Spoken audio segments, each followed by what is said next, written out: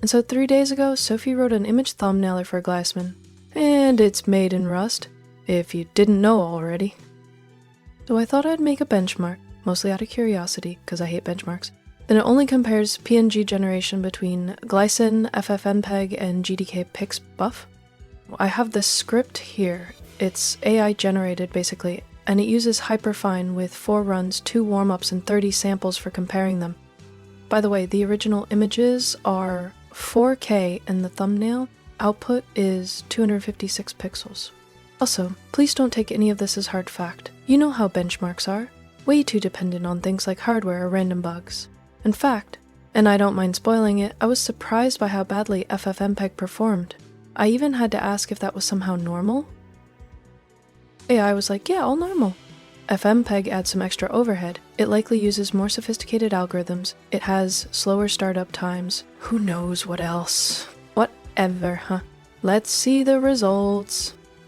Boom, boom, boom, boom, boom.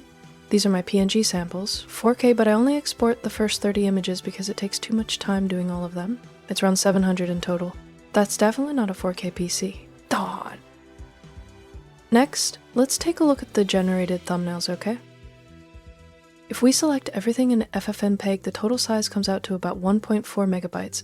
And I'm assuming that each thumbnailer uses a slightly different compression. For example, it's about 1.7 megabytes for GDK Pixbuf and around 2 megabytes for Glycin.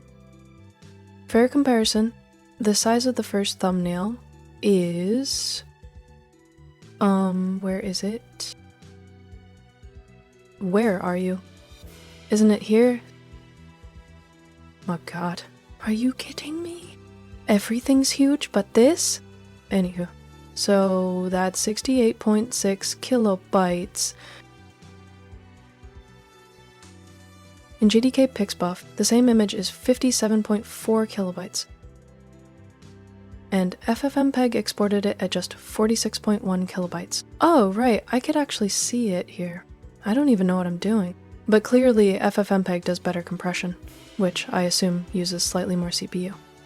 So if we check out the final timings, we'll see that